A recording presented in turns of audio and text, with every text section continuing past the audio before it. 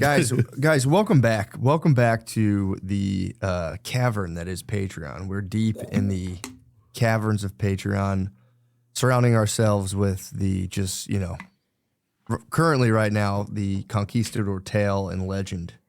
I'm so excited about it. Dude, I'm pretty pumped. I read this book on the plane this weekend. Yeah. And so we just did chapter 4. We're going back into chapters 5, we just did chapter 4. We're heading into chapters 5 and 6. I'm going to recap chapter 4 just so everyone's up to speed. Oh my God. Bring Nate back up to speed. So just to recap where we're at, because it gets kind of intense. Chapter 5 and 6 are, I think, the most intense yet. But just so you know, and again, More intense than what was going on last week? It's way more intense, dude. So, and again, go back and listen to the old ones if you want. If you don't want to, whatever, I suggest you do. But if you're just killing time at work, obviously do your thing. So to recap, Cortez in chapter 4, he's building his own settlement. He has Villa Rica de la Veracruz, a rich village of the True Cross. Yeah. And he had a nice little, coastal village. I didn't mean to cut you off, but that name is so dope. The rich village, first of all, being like, our town is rich. No town does that. Yeah, no. It's just a name of a place or a guy. This is just like dope city. Yeah, it's always like, like Woodcrest, or it should be like the Hampton should be like the rich village. Suck our dick. Of the fake titted wives or something. That'd be tight. So Cortez is set up pretty nicely. He's got his own little coastal village. It was gifted to him by a Totonac king, who was he's just like a fat chief from one of the villages who wasn't exactly Mayan or Aztec. There was apparently a lot of different, it wasn't just Mayans and Aztecs. He's the one you said they had to hold his belly up, right? Apparently there was another fat king he comes into contact with as well. But yeah, fat king that hold his belly up, gives Cortez a cool little settlement. And so while Cortez is chilling in his settlement, getting his town built, he'd also had gassed up these Totonacs. There's another word for them too, like Sempolians or whatever. Okay. He convinces the king, after being visited by Aztec tax collectors who are basically being like, give us some of your kids so we can cut their heads off, which the Totonacs are down with. They're like, dude, we're going to cut these kids' heads off. Yeah. You're killing us, and we want to cut some kids' heads off too. You're taking all the kids. So the Aztec tax collectors come down to grab some kids from the Totonacs who, Cortez is kind of beholden to now because he's striking up this secret military alliance so he could take out Montezuma. And it's not even so much about the tax collectors, but the tax collectors snub him. They walk by him, and he's like, I am, Hanan Horta. And they're like, dude, whatever, get out of the way. Yeah. So then he went up to the Totonac chief and was like, yo, don't give him people. Fuck these guys. He was real like, do you know who I am? He did. He for real was like, have you checked my fucking IMDb? So then he's kind of pissed. So he tells these guys, he's like, yo, don't give them guys. Don't worry. Don't give them kids to sacrifice. I got your back. Fuck these guys. They can't do shit. Because again, it's like, nobody knows. Are these Spaniards gods? Like, what's up with these guys? So the dude, the Totonac chief, is like, are you sure this won't be bad? He goes, dude, trust me, you'll be fine. Yeah. So, long story short, Cortez does this tricky double agent situation where he has the other Indians capture the Aztec representatives who are asking for tax. And then Cortez secretly frees them. So he's like getting the tax collectors off the Totonacs back for the time being, while also backdooring them to the Aztecs and freeing them secretly and yo, tell Montezuma, I'm your boy, and the Totonacs are fucking assholes. Yeah. And he's playing them against each other. Playing both sides. He's a for real fucking master. So he secures, in the last chapter, he builds his town, secures a covert double alliance between two different groups, who are basically enemies. And it all works out. It's great. He frees him. Montezuma gives him more gold. Like, all right, man, fuck. I want to hate you, but you keep doing cool stuff. So he pulls it off in chapter 4. Once this is done, a Spanish ship pulls up to shore. It was a ship that got lost from the fleet from a storm, and it unloads a couple hundred soldiers, which is huge because his force is only about 450, soldiers. They give him food and a dozen horses, which it's again, if you listened before. He's rocking a cavalry of maybe 14, and they're taking out squadrons of 10,000 Aztec warriors with just 12 horses because it was the technology. The steel swords are just unmatched against the obsidian swords of the Indians. So he's doubling his horse force basically. So they're about they could. He's like, he couldn't be happier. Yeah. But small rub. He gets a letter from the king being like, "Hey, I don't know what you're doing down there, but you're still subject to Velasquez, who is Cortez's sponsor, who Cortez kind of like cut out of the deal by founding his own city." Yeah. There's a legal loophole where if you somehow found a city for the king, then it cuts your ties to whoever you were like working for, basically. Yeah, so now it's the King City. Yeah, it's the king. You're the guy. You're the governor, but like that, your sponsor. You're like, bro, I'm working for the king now. I got my own city. Like, you got your city. How about you? Even obviously too, it's like, thanks for the 14 fucking ships. So we did something shady, but now the king is basically like, nah, dude, you're still basically serving under Velasquez, who, if he gets to the place, could hang him. He could be like, bro, what the fuck are you doing? He could hang him. So Cortez is like, fuck. Not to mention, a lot of these guys are Velasquez. He has, his 450 person force. Half of them roughly are Velasquez loyalists, and they want to go home because they're like, dude, Montezuma's already given him a ton of fucking gold. They want to get home to their families. Velasquez, they're like, that's my boss. If we bring him all this gold, we'll be set up for life. We can, go back to business as usual, just kind of lording over Haiti and Cuba. There was like a old, you brought up like there was an old, what was it called? Like the 1/5 rule or something that he broke, or was it whatever last time? The gold? The 1/5, the king. So if you found gold, you had to give the king his fifth. That was like the tax. Anything, like if you were on conquest and you took stuff, the king had to get a fifth of that. He gave him a whole shit. So this like really sows, this really sows discord because Cortez trying to appeal to the king to be like, yo, let me do my thing, fuck Velasquez. He takes all of the gold that like he's been like luring over these dudes' heads, like just a little bit more. Let's go a little bit further. Yeah, dude, we're gonna have so much fucking gold. It's gonna be sick. He puts it all on a ship and sends it off with his boy Puerto Ricaro. He's like, "Yo, get this to the king, stat." Yeah. And he starts writing letters to the king, like, "Dude, please, please, please, let me do this." And then since all the gold goes, that took basically his hold over, the Velasquez loyalists who wouldn't really listen to him. Mm-hmm. So then they try to covertly sneak off in the middle of the night where they're going to commandeer the ship he sent off with the gold and redirect it to Velasquez. Yeah.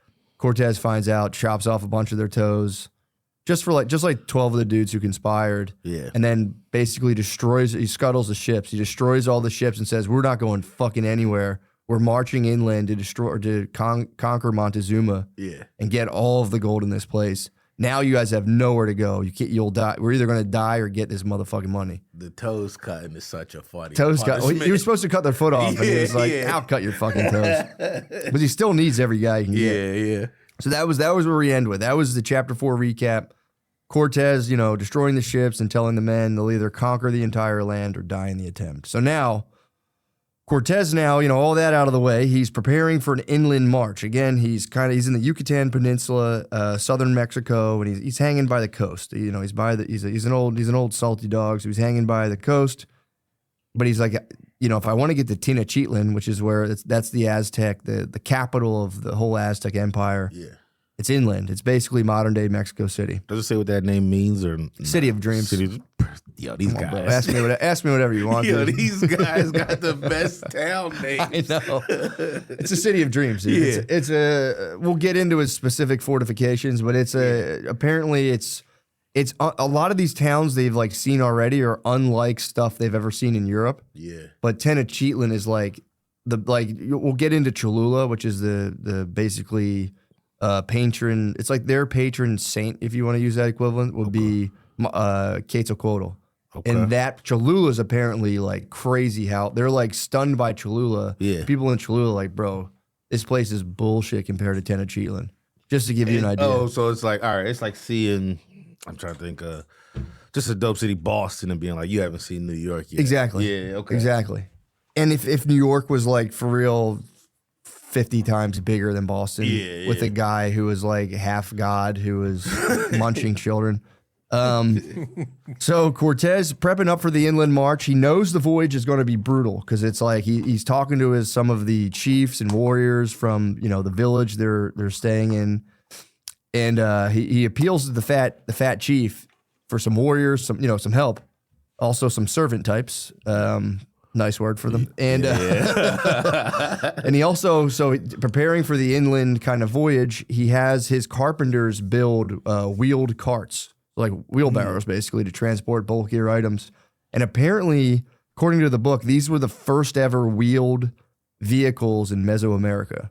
So they were like, holy shit. Like this was like a new thing for them. He was putting them on the wheels. But that's the thing. There was an asterisk in the book. Apparently he didn't put them on the wheels because the Aztecs these people did have wheels, but they only used them for toys. Oh. Because they never really, so they lacked the large drafting animals like horses and oxen to carry a cart basically. Yeah. So they had no purpose. I mean, a wheelbarrow would have been sick. Yeah. But the terrain didn't really. It wouldn't make it that much Yeah, easier. it's like jungle, and they're going up mountains, and then like without the animals to pull it for you, you're like, it's so heavy, like you might as well just fucking either not carry it or come up with like were they stone wheels too? Wood. Okay. I think still adding weight to it. Pretty sure they're wood, but yeah, but they had a horse. They had horses that could pull these things rather than like two guys on a trying to carry cannons on a wheelbarrow. Yeah. So I correct myself. They weren't really wheelbarrows. They were kind of like carts, basically. They could attach to a horse.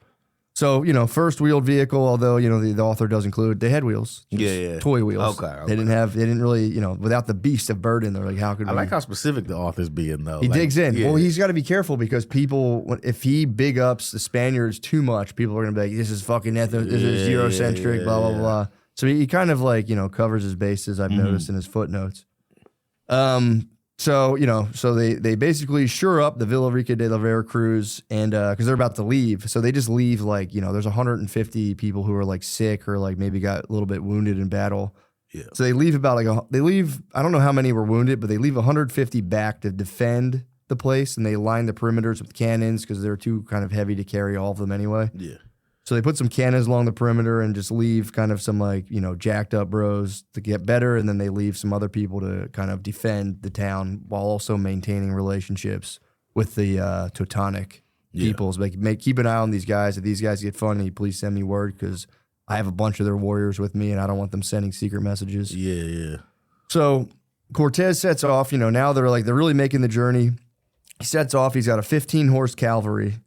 He's got about 300 to 400 heavily armored troops with him, and these guys are ordered to wear their armor day and night. Heavy metal armor in the jungles. Sleeping in it and shit? Sleeping in it next to their weapons. They have to be ready at all times, dude. And they have war dogs, they have mastiffs and greyhounds as well.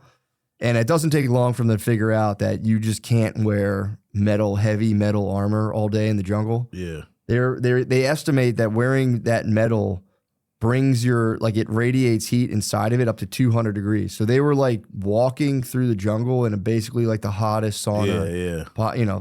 Pretty much the limits of sauna. Yeah. That's and crazy. they would just fucking like fall down and guys would be like, get up, raise. And like 10 guys would pass out and they'd be like, So eventually. Maybe we aren't all bitches. Like that. Because that first guy, they were like pussy. According to the author, they didn't even know what like hypothermia was because they hit colder temps and like they're just like, fuck, dude. Yeah. They would get as cold as humanly possible and be like, ugh. Yeah. And they'd be like, what's wrong with him?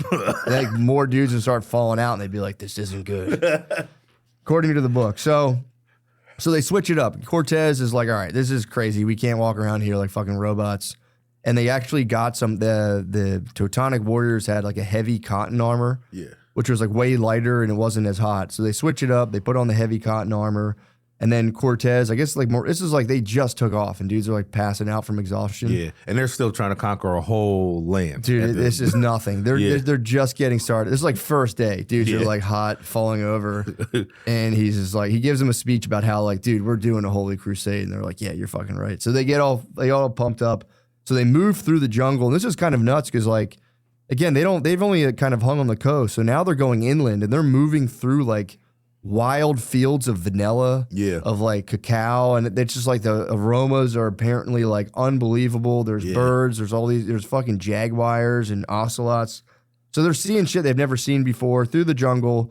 Like, damn, this is sick. Because there's no jaguars or anything like that in Spain. No way. So they're like literally seeing like, what the fuck is that big ass cat? Yeah, I'm almost positive they've never seen such a thing. So it's like seeing a monster. Like it's like the horses from. Yeah. Again, it's like they don't specify because it's like they probably knew what lions were. Yeah. So I don't know, but they definitely were like, seeing a jaguar, you'd be like, what the fuck is that thing? So they're kind of getting the reverse treatment. The Indians are seeing horses, like, what's that? And they're seeing like, really, I think the bugs are what were fucking them up. they were seeing bugs. That was one thing they mentioned. The bugs, giant bugs. The vanilla fields would be cool. Going through a field of vanilla would be pretty. And cocoa or cacao or whatever. That's chocolate, right? Just so fucking yummy. So they're going through yummy fields and seeing scary bugs. And then now they're like, they knew they would have to come up on some mountains. They were warned by the Teutonic chief, like, bro, you're going to have to do some serious mountain hiking. Yeah. So they start reaching they hit like the foot of like basically a mountain. And I think they go up like 4,000 feet. So they go up 4,000 feet on their march. Temperatures start dropping. It's actually now, they've been swelteringly hot. Now they're chilly. Yeah. And the air's at 4,000 feet, the air's starting to thin a little bit too. Yeah. So they're like, they can't breathe that well. And they finally. Are they experiencing that for the first time or they've already dealt with that? I'm sure in Spain they've had mountains, but like, if these guys these are like 19-year-old guys or, maybe mid-20s. So I'm sure they know what mountains are, but I don't think they've ever trained at altitude. Yeah, okay. So their VO2 maxes are probably fucking bullshit. Yeah. And they're going up and they're just freezing cold. Finally, they hit a town called Jalapa. It's on the now they're on the edge of Teutonic boundary. Mm-hmm. This is a lot. This fifth chapter is very journey-ish. It's very Lord of the Rings. You might say there's not a lot of action. We'll get there. Yeah, okay. We got to cover the journey. So they get to the edge, on the bleeding edge of Teutonic boundaries in the town of Jalapa. Mm-hmm. Chill, rest up, go on. Now they're really entering like truly the unknown in terms of like, who's who and like what's up with everybody. Because even the people who are showing them around don't really know what's past that point, is what you're saying? I mean, they know of other people, but like they can't go into the village and be like if you go into the wrong village, there's a chance they're going to eat you. Yeah. Everybody wants sacrifice victims. Yeah. So like you have to have alliances. If you just wander into like a slightly different sect, they could just be like, yeah, we'll just munch you guys. We're short on guys. We have a big festival. It'd be like 6 bags of 7-pound ice laying on your steps. You'd be like, I'm having a party. I need this fucking ice. I need this ice. So they keep climbing. The next morning, they keep climbing. The temps just keep dropping. They're up at 6,000 feet elevation, and they get crushed by a rain, sleet, hailstorm. And a few of the porters die from exposure. Mm. And what are the porters? They're slaves. Okay. Yeah, more slaves. They use a lot of different words for slaves. Yeah. Attendants, porters. Servant types. Yeah, it's just like slaves. This guy was like, I can't write slaves 1,000 times. You got to switch it up. He's got the cinnamon app. Whatever it's called, a thesaurus. Looking up synonyms. So then they go up, they hit the peak of there. Some people die, they're freezing, bad storm. Then they go, okay, now we're descending the mountain into warmer, but now they go from like freezing cold, brutal rain, sleet, into a dry, warmer area that gets hotter and hotter. That becomes a brutal 3-day trek across an arid, waterless plain. And they just use up all their water. They use up all their food. Finally, they hit a massive lake, and they're like, nice.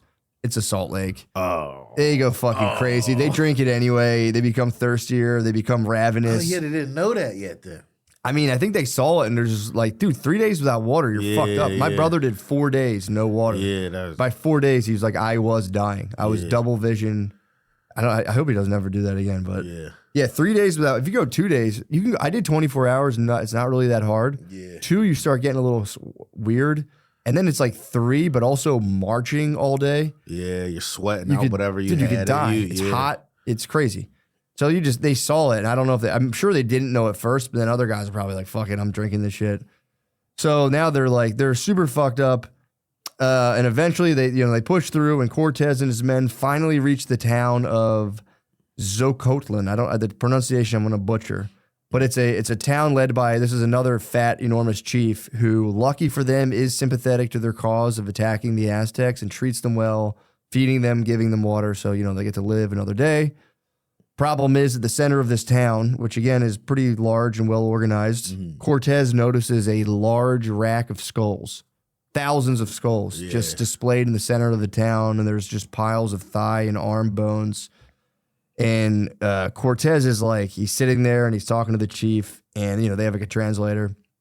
And Cortez, Malinche, his babe, his translating babe. Yeah. But he's like, I got to tell this guy this is so fucked up. And one of his priests, actually, I think Father Alamedo, is like, bro, not right now. Chill, brother. Chill, brother. Chill. But apparently, I think the author just added this as an aside. I don't know if this guy told Cortez this, but they talk about how it was so important for them to, like, during certain festivals to, like, you know, like Indiana Jones when they pop the heart out. That was a real thing where they would take a person, like each priest would grab an arm and a leg, and they would hold you out and cut your heart out of your body. Because the thought was if you held the heart up, I guess when it was cool enough, and like that steam that came off of a freshly like beating heart, that steam was like the best message you could send to the sun. So that was a big deal for them. I just thought it was cool. Just sending just the steam from hearts being like, we need that. That is cool, but it's like with today's brain, it's like, why did y'all think that was doing anything? It's not even going that high. It goes in there. They're like, this definitely reaches the sun. And it does. It probably also just looked cool as fuck, dude. You're the high priest. You have your blood matted hair in your black robe, obviously fucking satanic as hell. And then you raised, like you have steam coming off of a heart. It would be undeniably like sick. It's sick as fuck. But Cortez is like, dude. And then, he gets told to chill out. So then, he settles in the village and he uses Malinche, his translator. He's like, ask this guy, this chief, like, I don't know where his loyalties lie. Ask him if he's a vassal of the King Montezuma. And the chief just laughs at him. He goes, dude, aren't we all vassals of Montezuma? Yeah. And Cortez basically goes into my king can beat up your king mode. He was like, dude, fuck Montezuma. He's like, my king, he's like, he always says his king to the east. Yeah. He's like, he could beat the fuck out of Montezuma. And he starts like listing all the cool shit about the king of Spain. And then this chief is just kind of like, yeah, dude, well, I hate to break it to you, but Montezuma reigns over at least 30 different kingdoms, all that could amass 100,000 person armies. Yeah. So, yeah, dude, you can talk all the shit you want. Also, he tells Cortez that the city of Tenochtitlan, city of dreams, he's like, it's the most impenetrable fortress ever. Wait, real quick, I just so you're saying each of these places, like each tribe has like 100,000 dudes, and Montezuma's like beasting over all of those dudes. Yeah, not every tribe, because like there's like cities and then there's villages. Yeah. So like he's like the main cities that Montezuma lords over all are like strong forces within themselves that he has subjugated. I never thought of them being that deep. That's the big. The Aztecs were super centralized. Me and Josh talked about this last time. The Aztecs were like super centralized and organized. The Mayans were kind of just like they're farting around. It's kind of like the British and the Irish. Yeah, okay. The British kind of just had their shit together. The Irish are just like partying. Yeah, just partying and being fucking weirdos. So this guy's like, dude, he's you do the math. 30 armies times 100,000. I don't even know what that is. Fucking what is that? 3 million, maybe. Fucking maybe. I don't know. I could be a dumbass. Maybe 30. I don't know. Yeah. I think it's 3 million. Yeah, 30 million, whatever. But no, 3 million. I don't know. I'm gonna stop embarrassing myself with the math. I'm not a mathematician. I wasn't jumping in because I was going to do the same shit. It's high. It's a lot. All right. So he's like, dude, the Tenochtitlan is an impenetrable fortress. I keep saying fortress. It's a fortress surrounded by a great lake with only 3 bridges that lead across the lake. Yeah. And any of the bridges can be removed at will. So if they even see an army approaching, they're like, yeah, we'll take the bridges. Yeah. But what are you going to do? We're going to rain fucking arrows and shit on you. And he goes, dude, and Cortez is kind of getting like, fuck, man, this is bullshit. And then the guy goes, oh, by the way, dude, the amount of gold and silver in that place, can't even imagine. Activated him. Yeah, totally reactivated him. He's like, I got to get there. And Cortez, excuse me, need a sip. Cortez asked, this fat king's name is Olentel, or, I'm just going to call him Olentel. Yeah. He asked Olentel, he goes, do you have any gold? Olentel goes, yeah, but you can't have any. And Cortez actually gets pissed at this. And he starts again going into how fucked up human sacrifice is. And like, you guys' religion is bullshit. Yeah. And again, luckily, Father Almeida is like, and tells Malinche, like, Dad, don't say the last part. And he's like, come on, let's get out of here. So the Spaniards, they chill for a few days in this village. And they kind of like, in the meantime, they always just kind of look around, and like the onlookers from the village are coming up to them, kind of like looking at their horses, and like, I guess through Malinche or whoever else is translating, they learn that there's a rumor that even their dogs are like vicious war animals, which I guess they kind of are. Yeah, yeah. But there's also like the rumor goes so far as to be like the villagers have decided that the Spaniards can also summon like lions, tiger, like They can summon any animal. They're like, they're animal masters. Yeah. And then they kind of translate that to the Spanish soldiers who are all like, yeah, dude, we fucking, because their whole point is to instill fear. They want these people thinking they're gods and like. And have like superpowers, basically. Yeah. So they're like, you know, so the Spaniards are playing it all up. Think, oh, dude, yeah, we'll fuck you guys up so bad. And don't make me summon a lion. yeah, don't make me. So, you know, so it's time to move on. To do with this about a lion. The whole time. Like, bro, don't make me call lions. We'll eat everybody in here. Just scaring the fuck out of a village. So it's time to move on. You know, they got the journey to make. So Cortez asked the Fat King 2.0, Olentel, he goes, what's the best route to get to Montezuma? And the chief tells him to stop in Cholula. He's like, the whole city's a shrine to Quetzalcoatl, which, as you remember, is the god who a lot of Aztecs think Cortez might be. Yeah. But then he has bros from the Teutonic camp who are like, dude, bad idea. The Cholulans are loyal to the Aztecs. So they're loyal to Montezuma, and you can't trust them. They're like, please, please, please, don't go. You don't want to. We're about to attack the Aztecs. Don't go to an Aztec stronghold. Yeah, let's go visit our. You know, there's these guys in Tlaxcala. I'm gonna say or Laxacala. I don't know, but let's call it Laxacala. And he goes, dude, the Laxacalans have never been subjected. They've never been subjected by the Aztecs. They're free people, and they'll be eager for an alliance. So.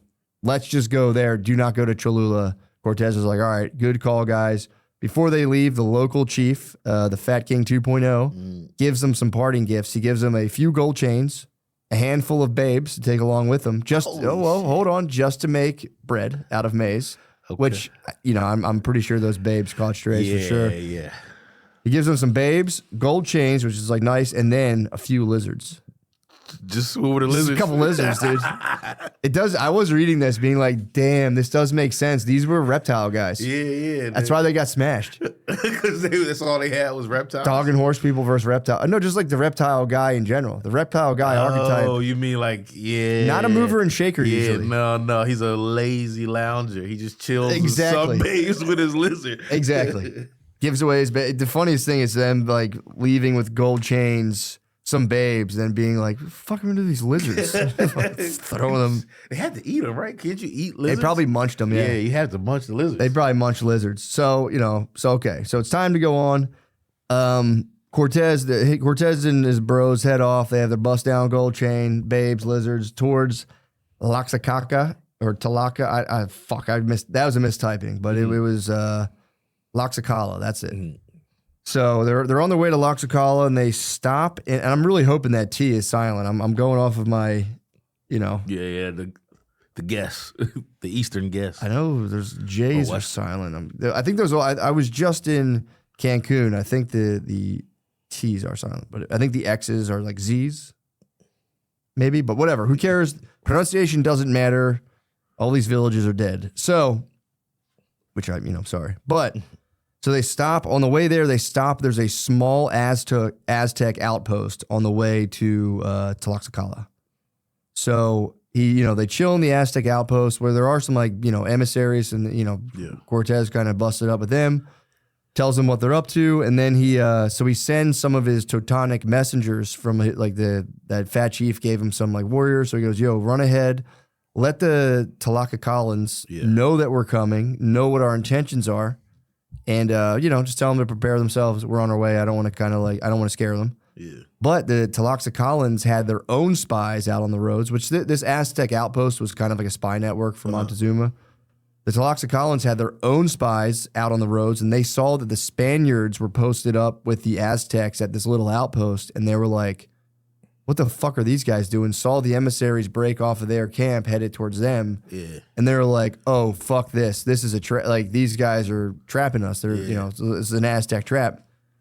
So they take Cortez's messengers hostage when they get to the camp and tell them, they go, yeah, dude, once the Spaniards enter, these people you call gods, or Tules, we're going to fucking eat them, and then we're going to eat you. So, the vibes. You're gonna watch us eat your guys. And then we're gonna these guys, because they're like, yo, we're with these guys. They're gods. Can you prepare a banquet at least? And they're like, yeah, dude, we saw them talking to the Aztecs. Fuck those guys. Fuck you. We're eating all of you. That was their position. So So then, and then the, Aztec spies run back to Montezuma being like, hey, this is what Cortez is up to. I thought you should know this. And Montezuma starts to cook up his own plan, which comes into play the chapter after this. So Cortez and his bros, a lot of moving parts, but all you need to know is Cortez and his bros, eventually they pull up on Toxicala, whatever the fuck it's, Loxacala, and the place is... I mean, dude, it's literally a chode of a fortress. It's stone walls surrounding. It's a 5-mile stone wall, 10 feet high, 20 feet thick. Yeah. Going across of a valley. That's crazy. That's mad, dude. It's because they're one of the last free people who haven't been kind of subjugated by the Aztecs. So like they did it.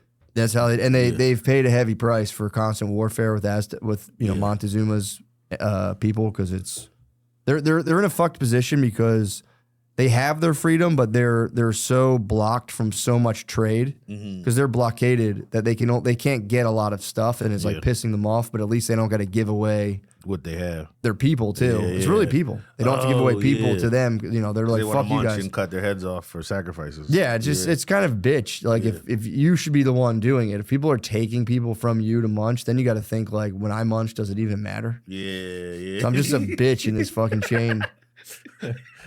You know what I mean? When I munch, doesn't even matter. It's so funny. So Cortez and his bros pull up on the chode fortress of Loxacala, and they're like, dude, this place is impenetrable. But weirdly enough, the front gate was wide open. So Cortez and his men, they're still in the distance, and they're like, I guess we'll just walk in. Like maybe they're welcoming us. Like. And also too, in the valley, it's cold as fuck again. They're getting hit with bitter winds. And as they're like getting closer to it, they're like, I guess we'll just walk right in. They see a bunch of armed warriors. The Loxacalans come, they're start war whooping, but then they see the horses and they're like, fuck, and they try to get out of there. They're like, we don't want any parts of this. Yeah. Cortez and his cavalry rush towards them, not to attack them, but to be like, dudes, it's all good. We come in peace. We don't wish you guys any harm. Yeah. But then the dudes, I guess, feeling like they had, the horses got to them so fast, they panicked and they slashed one of the horses and knocked the rider off the horse. Yeah. And this was the first time a guy on a horse had gotten fucked up. Yeah. Because they really thought that the man on a horse was one entity. They thought it was like a weird mythical creature. So they knocked the guy off the horse, and then they just completely slashed the horse, dragged it back to their camp, where apparently they like cut its head off and like worshiped the horseshoe, which I mean, whatever, they were just figuring it out. But so but the big victory for them was like, yo, we can kill these horses, we can kill these guys, and we can kill these horses. However, the big advantage that comes into play for Cortez is, yes, the guy got knocked off the horse. Yes, they chopped the horse to pieces, but they never saw that guy died because they carried that guy away, and the guy got to die like privately. So they've never seen one of these guys die in battle, and they still haven't, because it's like they got the horse, and now they're kind of like, who are these guys? So Cortez now, because now this is like actually a little skirmish that's going on. Cortez sends in the infantry, and they just smash the remaining warriors, the guys who didn't run away with the horse, and drag it back into the thing. But now, so it's a little skirmish. Cortez and his guys, they crush them. They get one guy injured. They smash a bunch of them. So Cortez is like, all right, easy peasy. But now a horde of Loxacalan warriors, like in the thousands, emerge from behind a hill in organized ranks, which is something that Cortez and his guys, they haven't seen any like military organization like that. So he's like, fuck. So that, they just come out ripping. Arrows, darts, rocks are flying over. Cortez's guys take cover under their shields, kind of let their volley kind of end. And then they kind of blast them with crossbows, muskets, and the crossbows and muskets fuck these guys up. So a bunch of warriors charge forward, and they're met by the cavalry, and about like a dozen of these warriors die in another quick battle. It was a brief but intense battle. Of Cortez's guys? Or Cortez's, only that one guy. Okay. And he's dragged off, so nobody saw that. Yeah. Dude, the casualties they suffer are so ridiculously minimal. It's crazy. So Cortez and company, that night they set up and they put cannons on the perimeter. They have a couple of them. They set cannons on the perimeter of their camp. And, a few of the guys were wounded. They dressed their wounds. They didn't have any oil, I guess, which is what they used back then. So they were some dead Taloxacolins laying around or Loxacolins. Yeah. So they just like would cut them and take their fat and then boil it and like rub dead guy fat on the wounds. Oh. Yeah, kind of rough. Kind of rough. And not to make things worse, they didn't really have much to eat, so they cooked and ate some of the stray dogs they found along the way. Yeah. So they munched dogs. Yeah. And then they ate figs. So they ate dogs and figs for dinner that night after rubbing dead guy fat all over themselves. That's a terrible victory meal. Yeah, it's not great. And it's cold, too. Yeah. So it's freezing cold, so they sleep with their weapons in the cold, and Cortez is also, he's bugging out because he's like, fuck, they chopped up one of, they now know that our horses can be stabbed. Like, people wouldn't even go near them. So he's like, fuck, this isn't good. So that morning, Cortez encounters 2 of his Teutonic messengers he had sent ahead to like kind of, herald their arrival. And they come back and they're bugging out. They're like, dude, we were caged up. We were in a wooden cage. We got to escape. I think they had like some sort of thing going on within the walls. So they're like, we escaped, but he goes, you guys were walking. If you walked into in that village, you were fucked. You were going to be surrounded in their fortress, dead. They're planning on eating all of us, by the way. Yeah. And Cortez, before he can even process this, he sees another huge force of the Loxacolin warriors just readying themselves for battle coming over a hill. And he's like, fucking, so he just dispatches a few of the dudes that he captured from yesterday. And he's like, we come in peace. Here's your bros. We don't want any fight. And they throw rocks and darts at him. And he's like, well, fuck it. We got to fight again.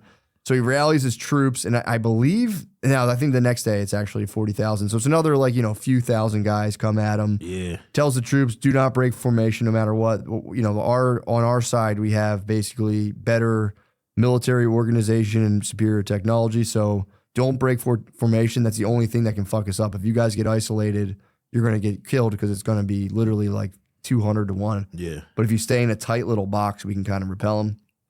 So.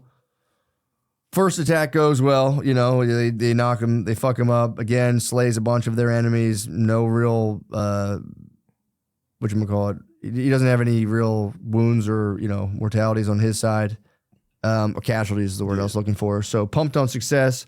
Cortez has his men march forward being like, let's kind of push this a little bit. Sees an open plain with basically 40,000 warriors in there. Yeah. He's like, son of a bitch. This is fucking bullshit. So many guys. So luckily what they would do is they would send waves. So Cortez and his guys just kind of, again, tight formation, and they were all day long. There would just be waves of these Loxacolin Indians who would just come flying with, obsidian blades, and they would just kind of like blast them with cannons, fuck up their formation, slay them, on horseback. And it was pretty easy. They fought them all day long like that against, 40,000 guys. Yeah, that's crazy. Losing only one bro again, a cavalryman, unfortunately, named Pedro de Moron. Yeah, so another horse guy. Horse guy got bumped off his horse, slashed big time along with the horse. But again, he got dragged away. They didn't see him die. Yeah. They dragged him away, and they let him die by himself. So they still had this kind of God status delusion that it wasn't like broken yet by seeing somebody die. Because then that could have, at that rate, they could have been like these, if you get your head chopped off, you might have 30,000 guys rush up now being like, fuck this, let's just go kill all these guys. Yeah. I don't know. So they set up camp in an abandoned pyramid where they again, cover themselves in the the fat of dead Indians to dress their wounds, which is bad. Cortez and a lot of his guys get a nasty bout of malaria. So now they're like sick as fuck. Yeah. It's still in the middle of a fight, basically. Yeah, they're resting. It's like halftime. They go to bed and everyone chills. So also, they also say in the book that one of the big advantages, the reason why, again, according to the author, why they were able to take out go up against such large numbers of Indians was their battle style was they weren't really trying to kill a lot of people. They wanted to maim people and drag them back to their village for sacrifice. So it was more, it's not really even sport, but they weren't trying to just like slaughter and kind of incapacitate. They were trying to like fuck people up, drag them, fuck people up. And then the Spaniards would just be lopping heads left and right. Yeah. So again, could be could be a cope. I don't know. Yeah. Could be kind of like, could it be like the classic, like, yeah, I wasn't even like trying. Like that. We were trying to eat you. I was just like fucking around. I know you're being so serious about this, but so Cortez again, he's like, all right, man, like he was just like, bro, he takes some of the prisoners that he took that day. He gives them beads. He goes, please, for the love of God, give this to your chief. Tell them we want peace, man. Bring this back. We don't. I don't know why you think we want all this smoke right now. We don't. Bring them these beads and tell them, like, we want peace, but if you guys do this shit again, we're going to annihilate you guys. Like, we were, you know, and then the guy before he leaves is like, yeah, we're going to fucking eat you guys, and just runs off with his beads. And he's like, fuck. So the next day, the Indians, the battle's paused. A small gathering of Indians bring Cortez and his men food because they are fucking starving. They've been eating dogs and figs. So Cortez takes the food because he needs it. And then all of a sudden, he's like, hold up, man. These guys are kind of looking around at everything. He goes, I think this is a spy mission. Yeah. So luckily, all of his injured are hidden inside this pyramid they're camping out in. And he just captures the gift bearers. He's like, fuck you guys. You're not going back. Yeah.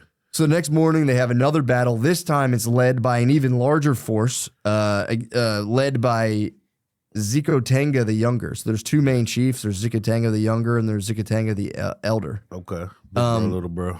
Big bro, little bro. Yeah. Little bro is obviously a hothead. Yeah. And he came back with such great numbers, like being like, well, I'll show you guys how it's done. Yeah. But like he was moving in like, I don't know what it was. If there were 40,000, maybe he's coming in with like 80,000. And he was sending larger waves of people. Yeah. The problem was when he would send these larger waves, they would just blast cannons into the wave of people, an arrow. So it was like, they were so tightly tied together that like one aerial volley would just decimate a large row of them, and the cannon fire still terrified them. Yeah. Because the ground would explode around them.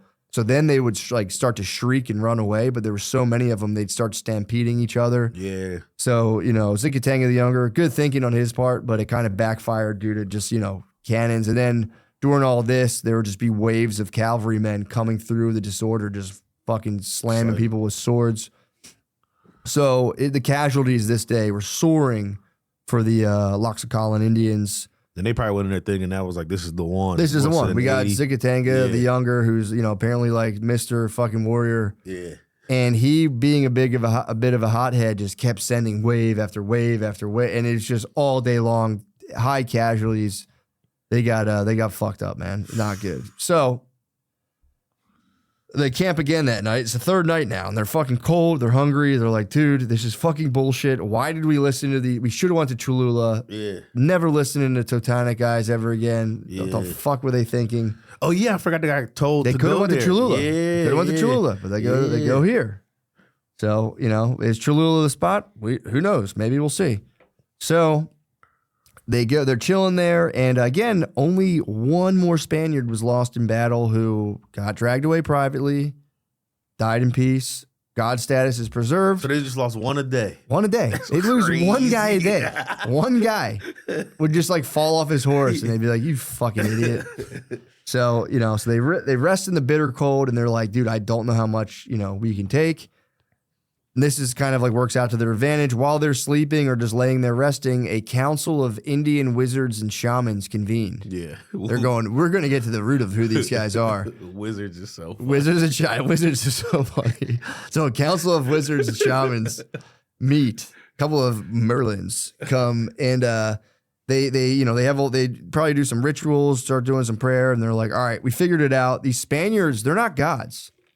These guys are not gods, but they're something. Yeah, yeah. Because they're like, we killed the horses. We've seen one of these guys get fucked up. But they're like, you know what these guys are? They're divine beings, basically demigods who can derive power from the sun. Let's do a night attack.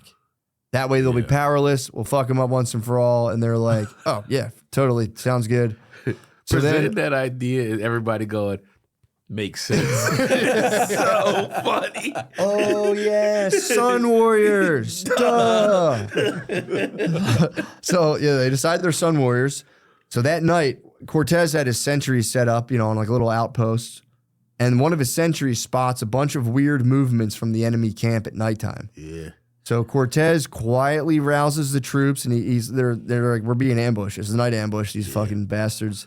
So he goes, yo, sneak down the hills, set up in the like small squadrons. We're going to do a counter ambush, which is, first of all, what a sick thing. Setting up a counter ambush must be such a good feeling. Because you're like, wait, they don't even know. They think we don't know, but they don't know. And just like a counter ambush is just one of those things that seems so fucking. I was like reading the word and I was like, fuck yeah, dude. I didn't even know you could pull that off. I didn't know that. Yeah, I like that. I like that term. So the Indians, you know, they're like sneaking through like an open field and there's like little pockets of like 2 horses here, 5 dudes, 2 horses, 5 dudes. Yeah. They have cannons on the hill. They're walking into a fucking absolute trap. Yeah. So they get it. Once they get into the open field, like we're about to fuck these guys up once and for all, they're met with vicious cannon fire, accompanied by waves of cavalry strikes of horses moving basically like shadows in the dark. Yeah. So they're walking through like They almost made it harder on themselves. they did. Yeah. They fucked themselves. They played themselves. Yeah. So they walk through the open field, which is like the worst place you want to be in. And it's just like you're in like a dark night with a horse flying at you as fast as it can, Yeah. sword hitting you, cannons exploding. These dudes are gone. They're like, fuck this, we're out of here. So Cortez, again, now he can camp. He's chilling that morning and things are like really bad. People are sick, injured, just everyone's fucked up. Cortez is also, again, getting very sick. But now he sees a small encampment of Aztec nobles who have just like set up on the hill to watch the battle. Yeah. And one of the guys comes to Cortez, gives him food, gives him gold. He's like, yo, you guys are doing such a good job in battle. I just want to tell you that Montezuma's like totally pumped on you guys. He's agreed he'll become a vassal of Spain, or whatever your king is. They don't really know what Spain is. Like your king to the east. And once every year, send a ship. We'll load it up with gold, slaves, women, and just all you have to do is just go home. Like get the fuck out of here. Because he's like, fuck. He's like kind of pressing his way towards me. Yeah. They still are like don't know what this person is.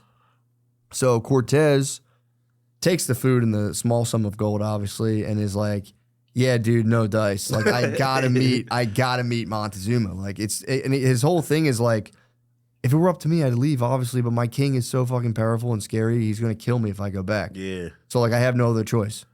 That's what he's telling them. That's what he's telling them. Yeah. He's like, his king probably will fucking kill him because he's basically betrayed his fucking his patron. He's going to kill him for different reasons, though. Not because he didn't keep going. Unless he comes through with the gold. Yeah. So okay, so he's like, yeah, sends these guys. He's like, I appreciate you guys. Tell Montezuma I fucking love him. He's still keeping it up. Like, I'm totally not going to attack Montezuma. I fucking love you guys so much.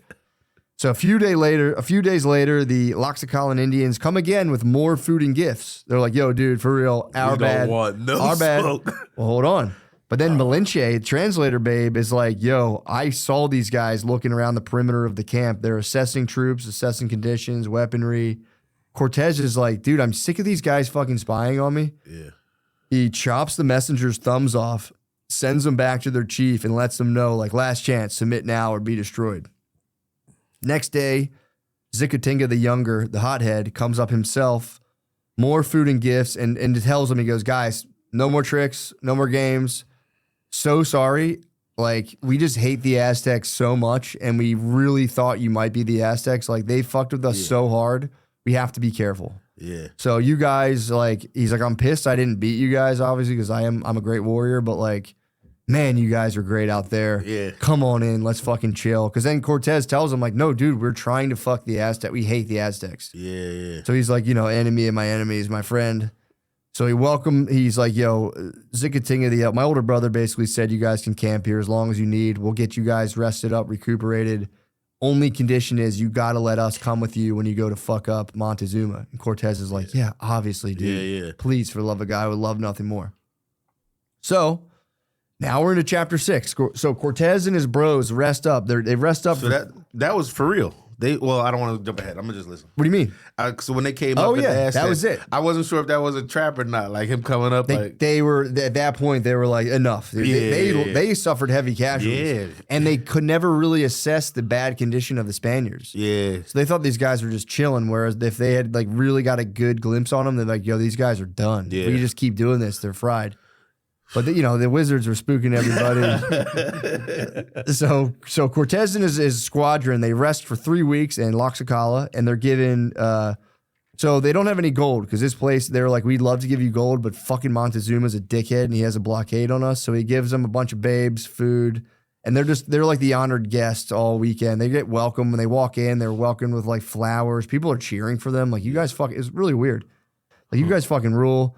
So Cortez was like, all right, this is pretty nice. But during this time, he sees a few people in cages getting fattened up to be eaten during a festival. Yeah. And again, he's like, dude, I got to tell him this is fucking crazy. But people are like, dude, shut the fuck up. Please don't do this. We keep getting away with stuff. Because, well, the thing is, they're giving babes. And Cortez, his big thing when he's giving babes, he goes, I got to baptize. He does, I got to baptize these babes if I'm going to pie them. Yeah. I swear to God, that's his whole thing. He's like, I need to baptize, we're going to pie. And then he goes into the cages and they go like, yeah, just let's pie these babes. Fucking chill out. So during this like 3-week period of recovery, Cortez gets like some pretty intensive intel on Tenochtitlan, Montezuma, and the Aztec kind of like war machine in general, because the Tlaxcalans have been, I'm sorry if I'm butchering that term, but they've been battling them for as long as they can remember. So they know almost like the most about fighting them compared to a lot of these other people. And, again, same story. The place is an impenetrable fortress, unlike anything anyone's ever seen. But Cortez does learn during this time that Montezuma City, Tenochtitlan, has one weakness. All of its fresh water is supplied from one single aqueduct. That's good. That's a good thing to know. Yeah. Another thing that's weird is the Tlaxcalans and the Aztecs have been doing this thing for a while called the Flower Wars, where they send like their youngest, almost like boy warriors. Yeah. And they let them simulate battle where they're not like killing each other, but they're kind of doing like wrestle battle with like sticks and shit. And if any of the boys can drag the other boys away, they get to like kill and eat those boys. Yeah. So it's like a weird wrestling league they do on the side. And the Aztecs are like, we just get more boys out of it, so we don't care. High school football. And literally. And every now and again, the Tlaxcalans get to munch an Aztec, which has to be fucking huge. Yeah. So that was a weird thing. I always wondered if people did that with war, where they like simulated it in almost like a game way. And it's like, I guess we do football, but they still had the penalty of death, which I guess they thought was unavoidable in sport. So now it's time to move out. And apparently those Aztec bros were still chilling on the hill, which again is causing some, the Tlaxcalans are kind of like, well, what's up with these guys, man? Why do you, but they're kind of used to it, I guess, because they're always under like, Aztec spying and checking them out. So Cortez, I don't know how he does this, but he leaves the Tlaxcalans. He goes, dude, let me go see what the fuck these guys are all about. And he obviously runs up to the Aztecs. He's like, dude, you guys fucking rule. I hate these guys. Does that to them. And they go, what's the best way to go to Tenochtitlan? And the Aztecs are like, bro, Cholula. And they're like, apparently really like, dude, please don't listen to these fucking idiots, Tlaxcalans. They're dumbasses. Go to Cholula. Yeah. And the Tlaxcalans are like, again, just like the Teutonics, they're like, dude, do not go to Cholula. It's most likely a trap. Yeah. Like they're literally like, the Cholulans are the fucking worst. He's like, they just basically suck up to the Aztecs. Yeah. Fuck these guys. Do not go there. Please don't go there. But then Cortez is like, well, I listened to these Teutonics the first time. I had to fight these fucking guys for 3 days. Maybe I listened to the Aztecs this time. Cholula it is. And Nicotinga, the elder, offers him a force of 100,000 guys to bring with him, because he's like, bro, telling you, don't want to go there. Bring 100,000 guys. Cortez goes, I'll take 6,000, but dude, that's very nice of you. Maybe if I need more, I'll come back and let you know. So Cortez sets off for Cholula with a weird mix of Spaniards, Teutonics, because he still has the Teutonic guys from the Fat King's village, Tlaxcalans, and then he still has some Aztec nobles. So it's like, dudes who don't even really get along. Or not at all. Yeah. And then the Aztecs and the Tlaxcalans are like for real enemies. Yeah. So the air is probably thick with paranoia and mistrust, and it's kind of just a weird vibe. So they reach Cholula, and it's like the opposite of Tlaxcala, where they're met with like delegates bringing gifts, food, being like, oh, guys, get on in here. We fucking love you guys. But the Tlaxcalans can't come in. They're like, fuck these guys. These 3,000 dudes, nope. They have to set up camp outside the city perimeter. Yeah. And Cortez, ever the diplomat, goes out and goes, dudes, you guys can't come in. And they're just fucking scared of you guys. These guys are fucking pussies. Literally, it's like these guys are just fucking pussies and they're scared of you. You guys are so fucking sick. They won't even let you. And they're like, fuck yeah. And they just hang outside. So... so they set up camp. So Cortez and the rest of his guys, they let the Teutonics in for some reason. I guess because they used to pay taxes, or so like they were under their kind of rule. Yeah. So the rest enter Cholula, and they're just completely stunned. The Temple of Quetzalcoatl is a massive 120-step pyramid. It was, according to this book, the largest freestanding man-made edifice in the world at the time. Yeah. So there's just like seeing like the pyramids of Gaza. You're walking in, you're like, what the fuck is this? And it's like this elaborate temple, courtyards, all this stuff. Also, the city itself, they were like, it's bustling. It's got about 100,000 inhabitants. They're like, this is more impressive than anything we've ever seen in Spain. Cortez actually, I think, writes that the letter. He's been sending letters to the king this whole time, by the way. Yeah. He's just been firing them off, just kind of sending them back to the village, to get to the king, be like, dude, this place is so fucking cool. Please let me do my thing. Yeah. So they get settled into Cholula. Everything's kind of cool, but then they notice something's off. They're not getting fed a lot. The portion sizes are bullshit. Yeah. So they go, what the fuck's up with this? They're given food, but meager portions. And they ask the Cholulans, like, yo, what's up with the grub? And they're like, dude, sorry, we just don't have that much food here. And Cortez is like, bro, I've seen your marketplace. You guys have the grub. Yeah. What's up with the fucking Weight Watchers? You're trying to weaken them? So here's the thing. So they're sitting there. Cortez's antenna pops up. He goes, something's fucked up. And then the fourth day, they get stopped being fed altogether. And they're just given firewood. And the Cholulans are like, yo, so sorry, we don't have any food for you guys. If you find your own food, you can cook it. But yeah, you're welcome to stay as long as you want, really. We don't care. But then that day, some of the Teutonic people noticed that there's a lot of people leaving the city. He's like, I've seen a lot of people like grabbing stuff, women and children being escorted out of the city. And there was rumors of trap holes with like covers on them being discovered, lined with like sharpened stakes. And there was also warriors on rooftops surrounded by throwing stones. So they really were kind of giving it away. Yeah. But I guess the place not up to nothing. There's just don't have any food for you. But but apparently the city was big enough to where like maybe it was in like another place.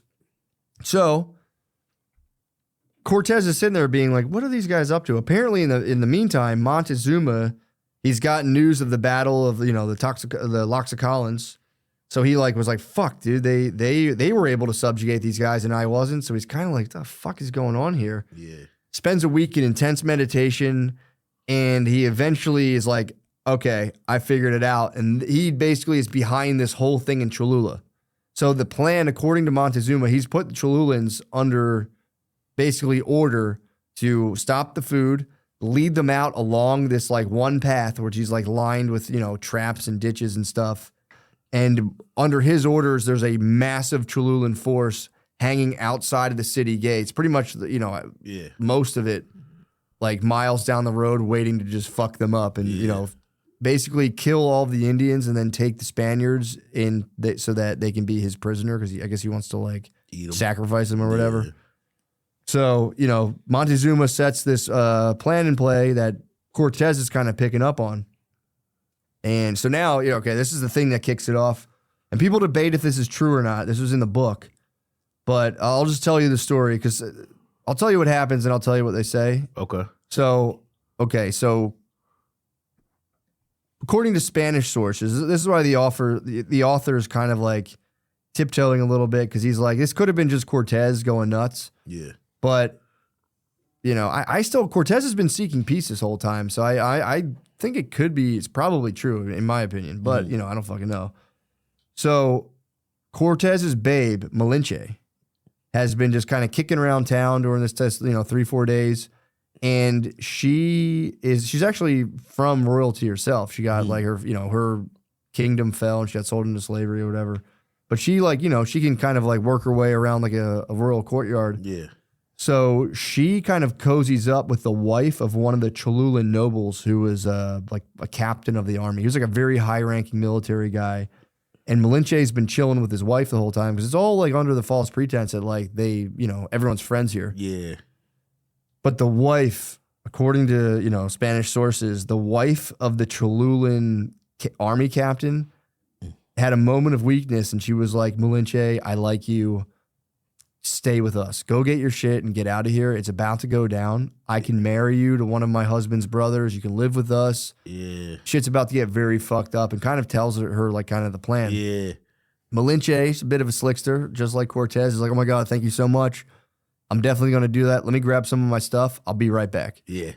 She goes and tells Cortez immediately. Yeah, that's good. That's a good lady. Absolute bottom bitch, dude. So Cortez was laying it down. That's why. Yeah. Cortez was absolutely laying it down, And dude. she's just been seeing a beast the whole continent. He's been completely beasted. So yeah, she's like, yeah, fuck that. Runs back to Cortez and tells Cortez what's up. Cortez just like acts immediately. He goes and abducts a few of the Cholulan priests and he just tortures the plot out of them. He's like, tell me what you know. And what they're saying aligns with what Malinche's saying. Yeah. And they also add the note, they're like, yeah, and we're also quietly sacrificing a bunch of children as we speak just for good luck. And Cortez is like, oh, fuck this shit. He's like, I'm fucking sick of you guys. So Cortez, then he goes, all right. He acts like nothing's happening. He's like, guys, we got to move on. His food's kind of fucking us up. Lack of food's fucking us up.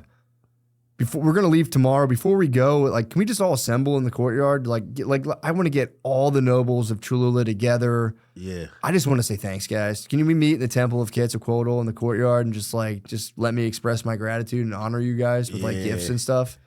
So they're obviously like, yeah, for sure. Yeah. So all of like the high-ranking, I would say a great deal of the high-ranking city officials, like high priests, all this stuff, they all gather in the courtyard. I believe that night or that morning. When was that actually?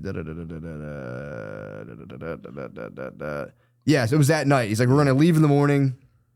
Tonight, let's just bro down, all have a good time, I just want to bid you a proper farewell. And once all of the nobles were gathered in the courtyard of the, Temple of Quetzalcoatl, Cortez shuts the door to the temple and just spazzes on them. He's like, I know what the fuck you guys are doing. Yeah. And for that reason, you now must die. And the guys are all like, dude, it was all Montezuma. They completely give up. They snitch Montezuma out. Cortez has them all blasted with muskets in their temple, in like their holiest of holy temple. Yeah. Musket firing squad. And then he goes fucking ham. He has the gates open, letting the Loxacalan warriors into town, 3,000 of them, along with his Spanish troops and cavalry, and goes, yo, guys, you hate these guys? Go fucking nuts. And it's just a massive massacre. Yeah. The Loxacalans are just, probably doing bad stuff all throughout, pillaging. 100%, because they hate these guys. Graping and pillaging for sure. And they hate, these are like their sworn mortal enemies, and they're just like going nuts on them. Spanish soldiers obviously are probably going, they're known to kind of go nuts as well. Yeah.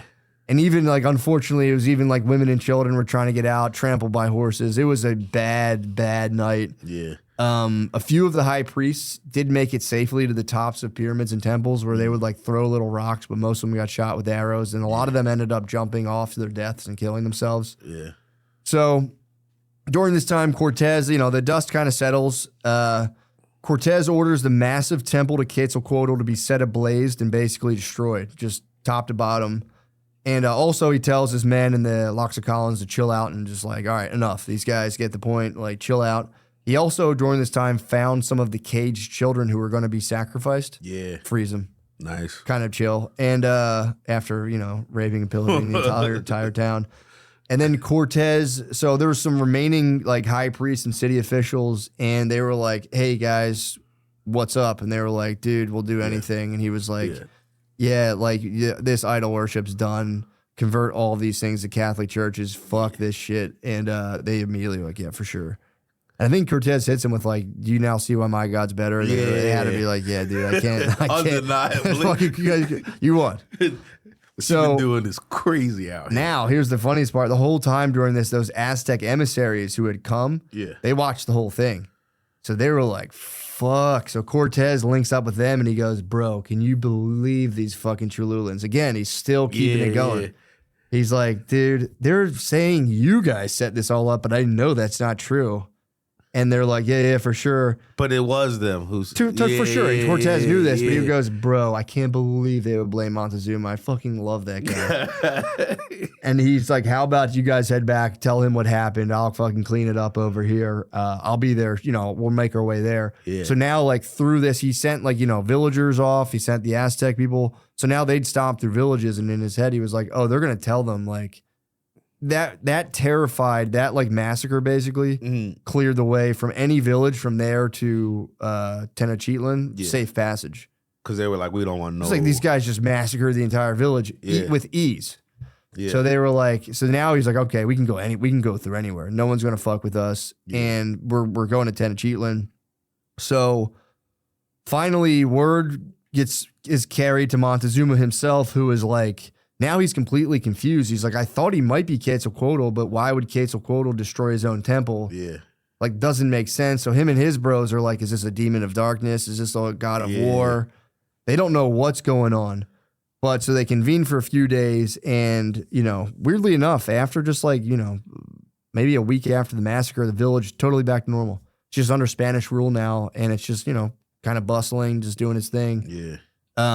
But then, you know, during this time, an Aztec messenger arrives with a letter.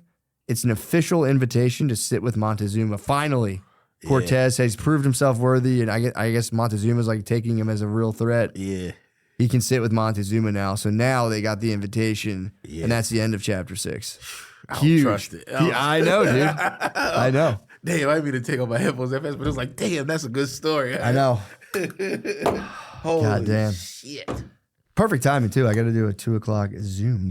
Ooh, business. Yeah, Josh, what do you think about that? No, Oh, I thought, because remember yesterday we were talking about the ads. I don't think we got to do anything. Okay. Well, there you have it, guys. Tune in. I'll try to. I like the 2 chapter chunks. It's a little better, so I'll try to do another 2 chapter chunk. Let's keep this in this. We'll power through. This is a book we're going to finish. We've only ever finished one book before. Yeah, this is sick. Well, thank you, Josh, and thank you guys.